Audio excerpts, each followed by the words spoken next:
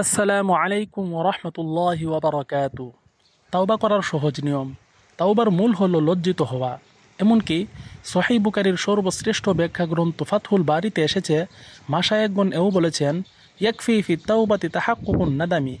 লজ্জিত হওয়াটা পাওয়া গেলেই চলবে, তাওবা হয়ে যাবে। হাদিস শরীফে রাসূল সাল্লাল্লাহু আলাইহি ওয়াসাল্লাম বলেছেন, আন নাদামু তাওবাতুন। লজ্জিত হওয়াটাই তাওবা। সুতরাং আল্লাহর কাছে অনুতপ্ত ও লজ্জিত হয়ে তাওবা করুন এবং তাওবা করেছেন এটা বোঝানোর জন্য অধিক হারে ইস্তিগফার করুন। ভবিষ্যতে আর পাপকর্মে লিপ্ত হবেন না বলে দৃঢ় সংকল্প করুন। পাপকর্মে পুনরায় জড়িয়ে পড়া থেকে পরিপূর্ণ সতর্ক থাকুন।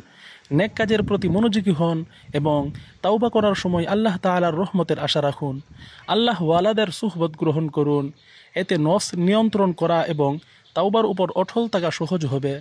আল্লাহ তাআলা সূরা তাওবার 119 নং আয়াতে বলেন, ইয়া আইয়ুহাল্লাযীনা আমানুত্তাকুল্লাহা ওয়া কুনু মা'আস সাদিকিন। হে ঈমানদারগণ, আল্লাহকে ভয় করো এবং সত্যবাদীদের সাথে থাকো।